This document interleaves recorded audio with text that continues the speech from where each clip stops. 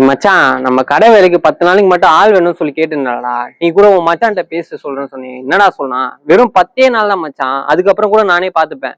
பேசிட்டேன். ஆனா அவன் ஊருக்கு புதுசுன்றதுனால பஸ் ரூட்லாம் கரெக்டா தெரியல.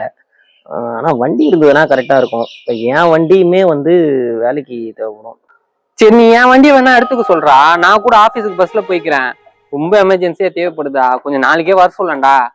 அப்படின்னா ஓகே, நான் அவன்கிட்ட சொல்லிடுறேன். நாளைக்கு ஷார்ப்பா 6 மணிக்கெல்லாம் வந்துடும் மச்சான். The next day.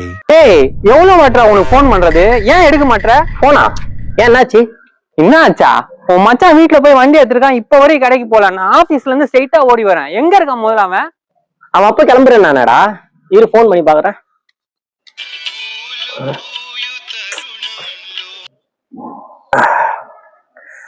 ஹலோ மாமா, எங்கடா இருக்க? வண்டி எடுத்துட்டேன்னா இன்னும் கடைக்கு போகாம இருக்க? வண்டி எடுத்துன்னு வேலைக்கு தான் கிளம்புனேன்.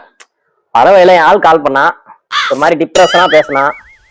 சரி, அவளை சமாதானம் பத்தலான்னு சொல்லிட்டு 2 பேரும் பேசினே கேரளா வரைக்கும் வந்துட்டோம். கேரளாவா? டேய், அவன் வண்டிடா.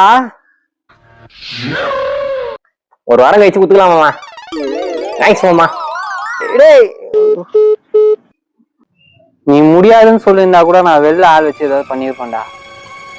ஆனா ஒண்ணுடா, வண்டியும் கொடுத்து பெட்ரோலும் போட்டு கடைசி என்ன மாமா ஆக்கிட்டல.